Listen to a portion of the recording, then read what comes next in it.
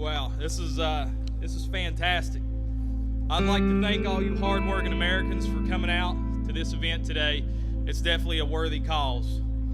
I'm honored to stand here today and to represent coal miners. I'm proud to be a miner, and I'm proud to be an American. Being here in Washington, D.C. is a powerful reminder to me of what a great nation we're blessed to be a part of. As I look around at the buildings and the monuments here, I'm amazed. The construction and the engineering of this city is a marvel. But the treasure of our nation is not the buildings or the monuments that we've built. The true treasure of our nation is the great people that those monuments were erected to honor, because there is no national treasure that compares to our American people. I'm here today to represent one group of those people, the coal miner. I'd like to clarify that I'm a coal miner by choice. I'm not a miner by default because I'm from West Virginia. I have friends at home that are salesmen, engineers, doctors, but I'm a coal miner.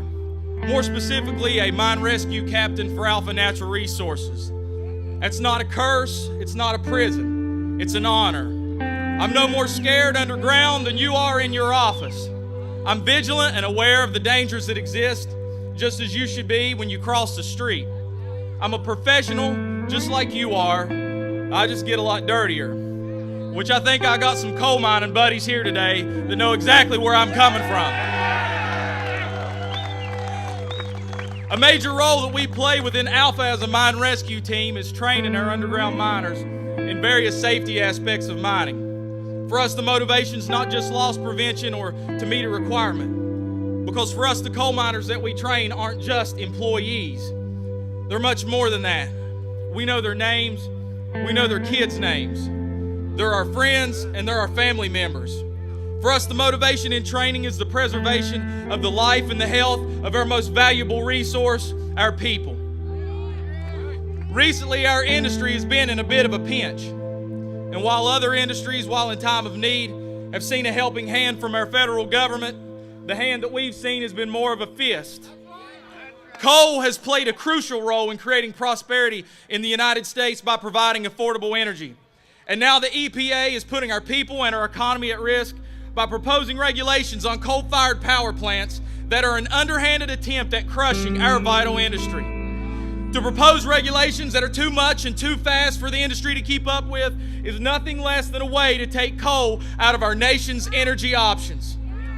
I believe that renewable resources like wind and solar energy are excellent additions to our energy options, but we all know that with existing technology, they're only able to provide a fraction of what's needed. And so to propose regulations on our plants that aren't even based on current technology is a total gamble.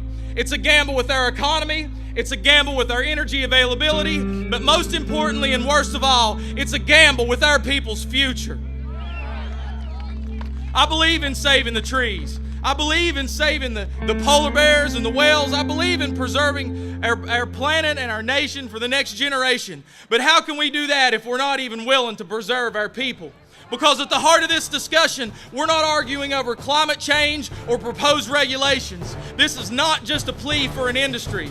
This is not a plea for the value of a mineral, but this is a plea for our brothers and sisters who across this country at this very moment are working hard in the dark to provide light to us all. This is a plea for people like Dave Moore, who's so passionate about running coal that throughout the shifts that we work together, I could hear him yelling with such enthusiasm that it would make your hair stand on end. At least if you had hair, I guess. It's a plea for men like my Uncle Mike, who was seriously injured in a mining accident, but even after surgery and enduring crippling pain, he went back into the coal mine for round 2. This is a plea for people like Rob Asbury, who was willing to lead a group of mine rescue team members into a coal mine while all others were trying to find their way out of the smoke. This is a plea for men like my dad, who I watched for near 20 years, whether sick, tired, or in pain, pick up his lunch bucket, his hard hat, kiss my mom, and go to work as an underground foreman, because he loved his family and he loved his job. This is a plea for our people, for our families, and for our children. I would be remiss today if I didn't take the time to thank all you hardworking folks for coming out today and supporting coal. Our nation and our industry need more leaders like you with the courage and the conviction to stand up for the future of our people.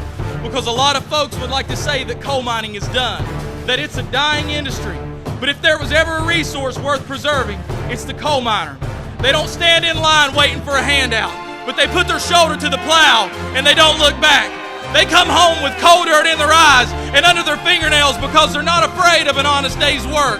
The miner is the epitome of the American worker. With a strong back and a big heart, they're providing an essential commodity to this nation. And so in our quest to preserve our nation and preserve our planet, may we not fail and may we never forget to preserve our greatest resource, our greatest national treasure, our American people. Thank you so much, and may God bless America.